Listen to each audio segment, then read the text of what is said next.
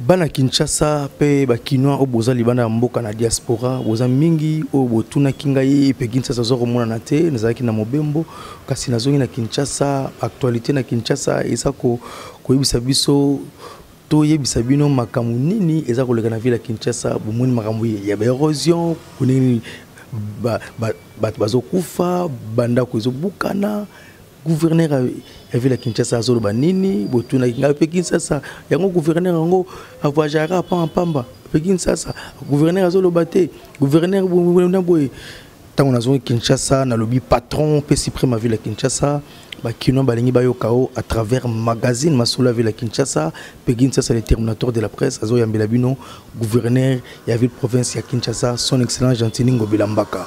Alors, tout type na réunion, tout type qui participer à la réunion, il y a gouverneur de la ville province, il y a Kinshasa ou à Sali, naba chef coutumier, naba responsable des affaires foncières et puis na ministre affaires foncières, ministre provincial affaires foncières, quelques bourgmestres, na quelques ministres concernés, parce que y a Elongo, na salle, il y a réunion na hôtel de ville, gouverneur a solo li naba chef coutumier naba ndeko o bazalaki wana nini gouverneur de la ville a répondre biso na kazi ya émission pe magazine ya lelo. Merci beaucoup na sima ya caméra tozali na Gauthier Ndwani pe na tozali na bandeko belé bazali ko sunga biso une équipe technique. Merci beaucoup na coordonnatrice ya cellule ya communication ya gouverneur madame Bélise Okonda, mais merci beaucoup na coordon adjoint Thomas Mwanza. Merci beaucoup à madame Christine, madame Rosette, madame Gisèle,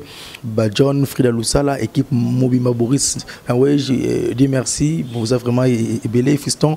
Vous allez pour soutenir Moussala et Salama qui tourne à niveau de cellule la communication. Merci pour Mbote Mingi, la conseiller politique et la communication Gracien Sakala. Merci na conseiller junior. Merci beaucoup na Chicho Idambito le spécial. Merci beaucoup na Serge Mbaka très fort et crédible. Merci beaucoup na Cordon Emmanuel Poutou. Merci beaucoup na Ernest Remodoua le parsec du gouverneur. Petrobo Salara jamais le directeur du cabinet du gouverneur maître Freddy Bonzeke Iliki. Attention à Inkebanade, Trobo Sanarate. Bande konyo so bozwami libanda ya mboka na diaspora pe bozwami na niveau ya Kinshasa pona Rolanda magazine oyo esala visibilité ya gouverneur ya ville province ya Kinshasa. Mwana mboka Gentini Ngobila oti kuza na réunion na ba chef coutumier na ba konzi pe responsable ya affaires foncières ba ministre concerné na quelques bourgmestres au pays concernés bosolo nini na réunion ngo pona bana Kinshasa baye banano masolo ngo le kakinini bo ozali masolo vile Kinshasa il faut to ba lelo ba vérité ko malelo o solo la na bana kin et puis ba question oyo na reposer et outil na bana Kinshasa na rappelé bango kaka ba mesure on azwaki ta on a komaki gouverneur ça fait 5 mois lelo na ipsaki bango était désormais na ville ya Kinshasa pour na ko kabola mapango il faut que ça na ko viabiliser esika wana ko bongisa esika nini balabala ekoleka ko bongisa esika nini régie des eaux ekozala esika nini ba école ekozala esika nini wenze ekozala esika nini snel pe ekozala esika nini ba magasin ba wenze pe ba pharmacie na ba alimentation ekozala parce que ba tuba na ba quartier wana il faut bâtir na bana na ba kelasi il faut payer moi dispensaire ezala eskanini sous ma beli bokono baye banere nini ya ko misal sanzoto donc yango tolbi viabilisation en français dans le côté en français to sangaki bango ba mekal suko kabola mapango na désordre te mboka na biso tozwaki lipanda na 1960 tant tozwi lipanda na 1960, nakati ya Ngumba Kinshasa, tozalaki bongo 400 000 habitants. Même 400 000 habitants, tozalaki 360 000 habitants en 1960. En 1960, comme en 2019, tokomi 15 millions d'habitants. Tant que tozui lipanda, tout le monde qui maï soke mbula soke beti quelques temps après, banzela nyo soke kauki. Pambate, ba ouvrage, il y a drainage ezalaki. Ba collecteur avec na sema belé ils ont kumba mai ils ont ba exutoire ko kumba mai ti na fleuve La rivière, Kalamu, Bichakuchaku, rivière la Gombe, il y a environ une vingtaine. Et il y a Kumama iti na fleuve. Mais au fur et à mesure, Bissomoko de Tikel Namboka, en 1960, Kokuma Lelo, différentes administrations qui se sont succédées, au lieu de battre l'ouvrage, Bango, Bateki Mapangu, notamment dans le centre-ville, dans la partie nord, il y a ville Bisso, il y a Kinshasa. La ville, il y a immeuble belé, Oyo, Batongi, Batongi Yango, Likolo, il y a ouvrage de drainage, collecteur, la collecteur na baigou. Alors, il y a Mité Mandoki, Bakamati, Babouki, ouvrage, il y a collecteur. À la place, Batongi, immeuble. Pour nous tonga immeuble, il faut qu'il y ait un sous-sol moins mingi pour nous supporter. Alors, sectionner, tout mingi, paya mingi, sali yango, tongi immeuble yango, bouki ouvrage de drainage, ce qui fait que Mayuana, tant que vous avez Kassavubu, vous avez Lingwala, tant que vous avez Komawa, au niveau à centre-ville, ouvrage de drainage, ils ont bouché, Maï et Tkalibisoir. Et vous avez président de la République, vous avez premier ministre, vous avez gouverneur, vous avez ministre, vous avez général. Allez, ce bout de côté, et Betiata Moké, allez, Binoso, vous avez un Maï. Parce que Moutouana a tongi immeuble nae, na souka sanda, il y a 30 000 $, Moussoukouna a 20 000 $, Moussoukouna a 70 000 $. Alors, Bisso, Nyo Sobana Congo, il faut tous en akacha maï, parce que Batongi, ouvrage. Dans l'investigation de ça, qui est Bossola qui est chef de l'État, garant de la nation, Félix Antoine Tshilombo Tshisekedi, au Sénat qui est au mécanisme, il y a forum, une conférence, pour l'érosion, vous avez Salama, Batumsu Batongi, dans la place où il ne fallait pas Batonga. Bossola qui est-ce que tu as un moment vérité pour que tu aies un Soina Tata Mokonzi Ekolo, tu as une commission, tu as une conférence, tu as une commission.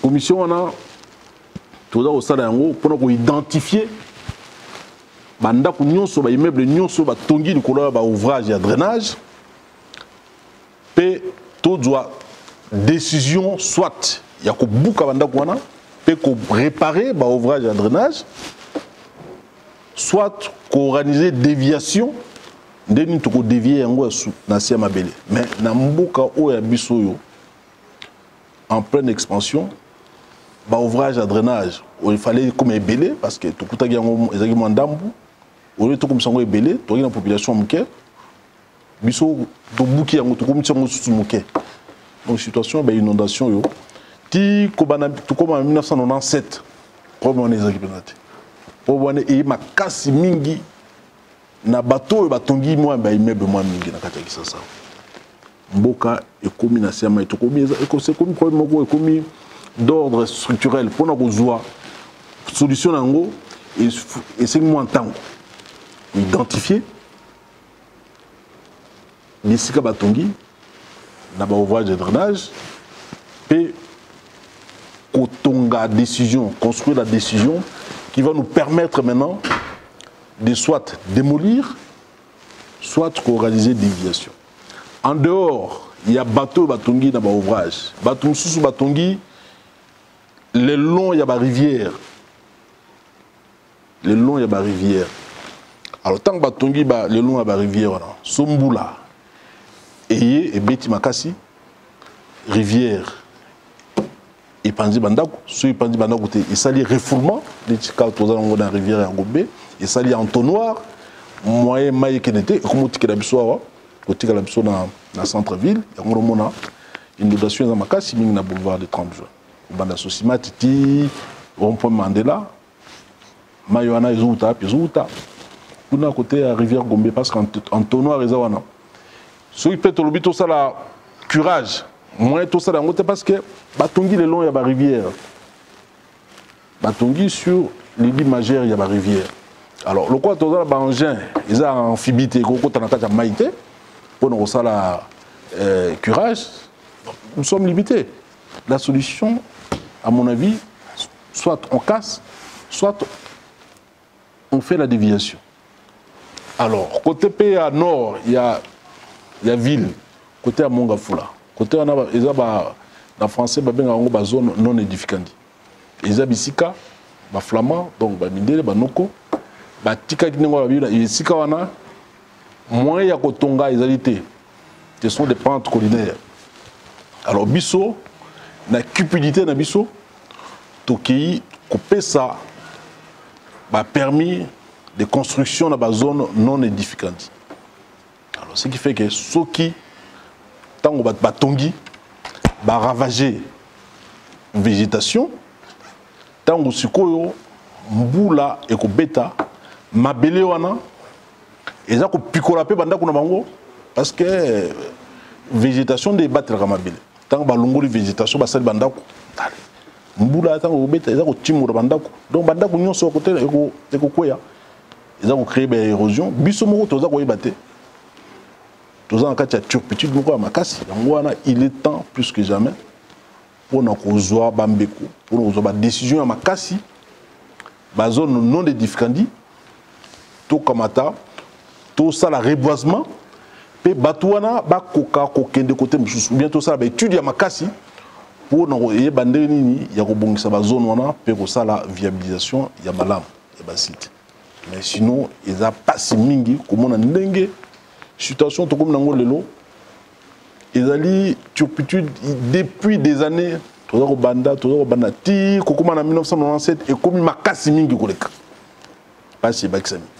La zone locale en face, il y a ISC. Place où on a pépinière. Pourquoi pépinière? Parce que dans C, il y a pépinière. Carrefour, il y a un ouvrage de drainage, il y a un collecteur. Allez, bah comment tu vas teki yango na 2007. Bah teki yango, bah tongi, bah immeuble, bah zo mbongo mingi, bah zo pe otina na bambuka na bango. Mais biso bana kisasa toza na kati ya mai. Parce que bango il faut ba zo mbongo, bah tina bambuka na bango. Et puis bah ata ba kufia les affaires na bango, parce bango za na mbongo. Donc, la décision que vous avez ça va vendre kimia. La décision ma casse et kozwama. Donc premier date.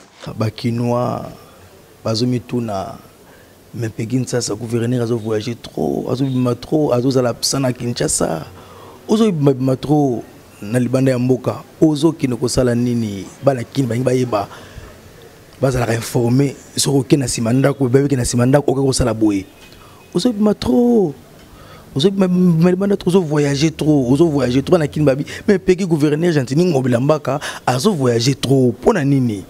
Gouverneur aza mobembo te, situation nyonso o eza ko lekana kisasa azali kolanda makasi na ngene mobembo pona otala ndeni ya ko résoudre première mobilité na Kuala Lumpur etika na zaki ba pesi biso don il y a 10 km il y a train aérien, ezali plaisir makasi pona biso. Et au sein de sa biso pour la première mobilité, la première mobilité makasi, premier transport makasi, on a kati à ville Kinshasa. Donc il faut tout louka ba solution. Vous venez revendre, tu na revendre, ta revendre pambate, il faut louka ba solution pour la rebongisa. Ba comme mingi ba défi et belé ou totondi dango na kati ya Kinshasa. Et puis gouverneur, à gestionnaire, il faut battre bon. À gestionnaire, na yebi ko ça la organiser division de travail. Nous avons un vice-gouverneur, nous avons un ministre, nous avons un directeur de cabinet, nous avons un conseiller, nous avons un bureau d'études, ceux qui attendent la qualité, nous avons des informations, et puis ensemble, tout le monde tout ça. Nous avons un gouverneur, nous avons un gouverneur, nous avons un Samson, nous avons un Superman, donc tout ça, toute une équipe, le gouverneur a toute une équipe avec laquelle il travaille. Et puis, passion et biso dans le ça à peu près 50. Toujours qui y a en charge, banegobing bazana nakatia ba morgue dans ba kunamité, mikolo ya toujours milengela ndengeni ya okunda bango. Et puis bisika bango ba nako vanda wana sur des zones non édificantes, bango ba ki otonga banda kuna. Bon, ba be bango ba saki za ba yebagité. mais basali ma bemingi koleka ezali ba chef de division il y a ba affaires foncières ou ba pesa mikanda ya okeno tonga sur des zones non édificantes. Donc sur ba pente collinaire sur bisika oyo batu ba koki kotonga te. Situation oyo toza nango na kati ya Kisasa ezali oyo wana. Moto akosa binote bana Kisasa ezali nde ndenge wana. Batu mususu ba dongolo miso ba reprofiter ko ba gouverneur azali ça fait 5 mois. Tozali tokuti situation wana toza ko bongisa malem betoro kende ataba Kinshasa bopeto. Gentili Ngobila Mbaka de Kin Bopeto. Yo mozo mona ndeni. Est-ce que vous évoluez quand même? Ils ont évolué. Tout ça évolué. Ça va? Kin Bopeto. Le longa mongo na kati mbula na liki devant Willery na moli mbule beti makasi. Mais Willery ezindité. C'est-à-dire que Moussala Tosali, il y a un kirage, il y a un caniveau, il y a un valoir, et ils allaient comme Monana, malembe, tout ça au Kende. Ça fait déjà 5 mois et demi, 5 mois, si je ne me trompe pas, au Kouti, Kinshasa, on a un bâton de commandement à la ville. Kouti Marambo Belé, Kouti Banyongo, Kouti Nengeni, Kouti Sava. Bakino balinga bakeso yango bakino batuna na bapembeni akuti ndenge nini kinanga akuti ndenge nini répondre bakino bayoka. Pendant plus de 12 ans la ville n'a pas été gérée. Nous sommes en train de reprendre les choses en main petit à petit. Nous avons à 36 mois bazala qui kofutamate. Depuis que je suis là chaque mois bazala kofutama mikolonio sans problème. Les gens sont payés, il y a un salaire assez, moi salaire, je pense que tout coup de mobilisation à recette, les agents assez, tout ça au bunda, makasi pour mobilisation et mata, peut tout réaliser, action, programme ou tout ça qui n'ango, ou tout ça qui dans l'Assemblée provinciale. Moi, je suis un message nini au lancer na population na yo, il y a Kinshasa bana Kinwaza Rolanda yo. Et surtout, il faut sensibilisation. Oui, sensibilisation, mais il faut que tu patron de la ville, il y a Kinshasa, suprême, il y a ville, il y a Kinshasa. Pour naïbi que Gentili Ngobila Mbaka nous sala likambo ratate. Oza kino ya solo, ba kino lelo bazana confiance na yo malgré que ba tontima ba dongolo meso bazanga raté. Message ni o ça ba kino nyoso bazuli ba ko tala lelo. Dans le magazine Massoula Ville à Kinshasa, il y a Péguinsa, c'est le terminateur de la presse. Comme Bélé, au Salama, puis Kinshasa, au Sepela, au Kam. Au Sepela, ma casse, il y a un gouverneur dans Bango, au Sepela, il y a une ville dans Bango. Pour les défis, au Tokouti, mais il faut tout long à Yango. Tout long à Yango. Ngayo Bila, na ville na ibi na ngama kama besheki. Sugi na koti bitumba yeba yana gagner ndengeza. Voilà. Merci. Botina Kingaina Lukelabino, Gentili Ngobila Mbaka, gouverneur ya ville à Kinshasa, Modeste Mpeti Yebina Zulibino, gouverneur à Sololina Bino Boyoki. Oyo a sepelité Yenanzambe nae. Ope a sepeli Yenanzambe nae. Na latin tolobara Odin Ritou Meton qui veut dire en français qui aïs pouvait qui m'écrit na Kikongo tolobara no somutuka kumudanga nzika fwa kwandi. Gouverneur ya ville province ya Kinshasa azali pena mutu oyo lingi changement na Kinshasa. Avant de clôturer le magazine Oyo, peut entretien le gouverneur de la province de Kinshasa, na lingi mwana mboka Gentili Ngobila Mbaka, Olanda, et l'on a na Kinshasa mobimba ndenge nini ba kinois o bazaka na Angola, bazaka soutenir yo pour nazaki na Angola, ba kinois bazolela yo ba yo ki ba samwa Kin Bopeto ba sepela no makasi, ba lobi ba soutenir yo na musika. Donc ba kinois nyonso o bazana ba pays nyonso na mboka nyonso. Soki bozana ba conseil l'intérêt à ville Kinshasa numéro ezana na ko voyager na ko futa billet na ko avion na ya bosola bona na no pesa gouverneur conseil bon to clôturer émission na biso na Gentili Ngobila Mbaka le gouverneur compétent ya ville ya Kinshasa ça n'engage que moi beto e baou différencier na.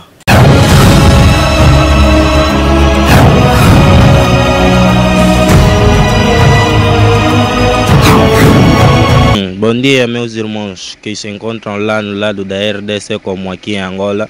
Exclusivamente estamos na província do Zaire, aqui no Mbanza Congo, na sede da Mbanza Congo, na cidade alta, é de agradecer, né, o convite que nos foi dado. O nosso irmão Pequi, proveniente de lá da RDC, que se encontra aqui, veio com a justa causa de nós abraçarmos a campanha que o nosso excelentíssimo governador Jantinin Ngobila. É uma causa justa, então nós também que nos encontramos aqui no lado de Angola, agradecemos bastante pela essa ideia que o governador teve, então estamos a abraçar essa causa por ser uma justa causa. E como nanga Bwisi Motopamba, nazamona Kini, nazamona Njili, nimitsozana kaza Angola, to sepe mina na osopegi na opportunité a pesibiso na miko. Yango to sepe na gouverner na biso Jantinin Ngobila, na ndenge otsa bopeto na Kini, biso tozana kaza Luanda meto na sima na yo, to soutenir makasi, papa Sam sana ninga bien pena kolo a osepe no mingi. Eu sou Jojo, eu vivo aqui em Angola. Mas nasci no Congo, cresci também lá. Até hoje em dia estamos aqui com um grande jornalista que se chama Peggy. Tentou de nos explicar sobre o governador que está dirigindo aquela cidade de Kinshasa. Aquele governador, conforme que ouvimos, está trabalhando bem. Nós queremos as pessoas que trabalham bem. Assim que ele está trabalhando bem, e nós vamos lhe apoiar. Teremos com ele o que ele está precisando, enquanto que nós somos de Kinshasa, enquanto que estamos a viver aqui, e deitamos muita boa sorte para que ele possa ir à frente. Nós apenas quinoa, donc makila pe dona botem penza kuna, donc mutolo pe la mboka wana.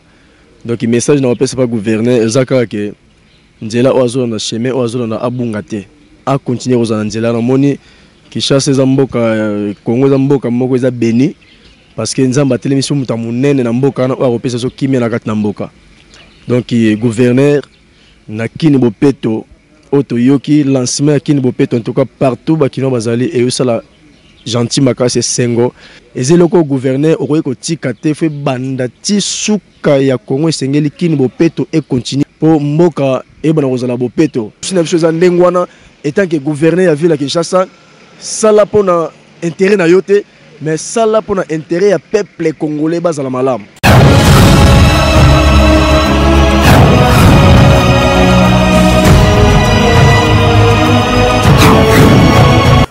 To komi vraiment na suka ya entretien na biso na mwana mboka Jantinin Ngobila Mbaka. Merci na yo mwana mboka Jantinin Ngobila Mbaka. Donc pese biso opportunité ya resolo na yo pour bakino ande basinga libongo.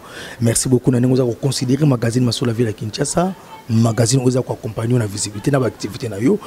Merci beaucoup na bande réunion so yo otala biso partout. Merci beaucoup na conseiller Gracien Sakala, merci beaucoup na conseiller Junior, merci beaucoup na Madame Belize Okonda, Thomas Mwanza, merci beaucoup na Junior Botoko, merci beaucoup na Bandeko Nyonso Obozwami Bipai na Bipai et surtout na Serge Mbaka, merci beaucoup na Bandeko Nyonso Obozwami na monde entier, surtout ba Kinoa Obozali Bandande ya Mboka Obozo soutenir magazine Oyo, et puis merci beaucoup l'équipe technique Gauthier Ndwani Sima ya caméra, et puis Bandeko Bele Basongi Biso Boris Naweje John Olito Turbo Sanarate, Madame Rosette, Madame Gisèle, Madame Christine Turbo Sanarate, Papa Anto Turbo Sanarapete,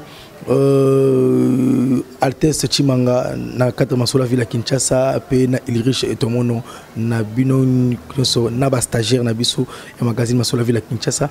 Kasi toza pe ko recruter magazine Masolo Ville à Kinshasa, ils ont pesa pe musala, ils ont pesa emploi à part recrutement ba stagiaire, aux ali monteur, aux ali caméraman, toza ko recruter ba caméraman, mais conditions zala na caméra na yo, monteur zala na machine ya montage, et puis to ko sana rater tous allez pe ko cette opportunité na ba stagiaire mais ko la indusa ndenge toujours biso bana auto to bimi ineti pe Kinshasa na maboko ya Zakri Baba so tokobosa na yango te na pesi mbote na musika na le pacificateur docteur Vital Kamerhe oyo azali mulandi monene ya magazine masolo ya ville Kinshasa pe alobi ko soutenir biso tokobosa na rawo jamais docteur Vital Kamerhe le pacificateur motema ya mama Amida Chatir.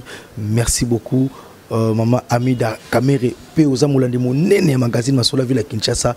Merci beaucoup na DG Tite patron il y a Arc-en-Ciel Télévision. Merci beaucoup pour notre partenariat.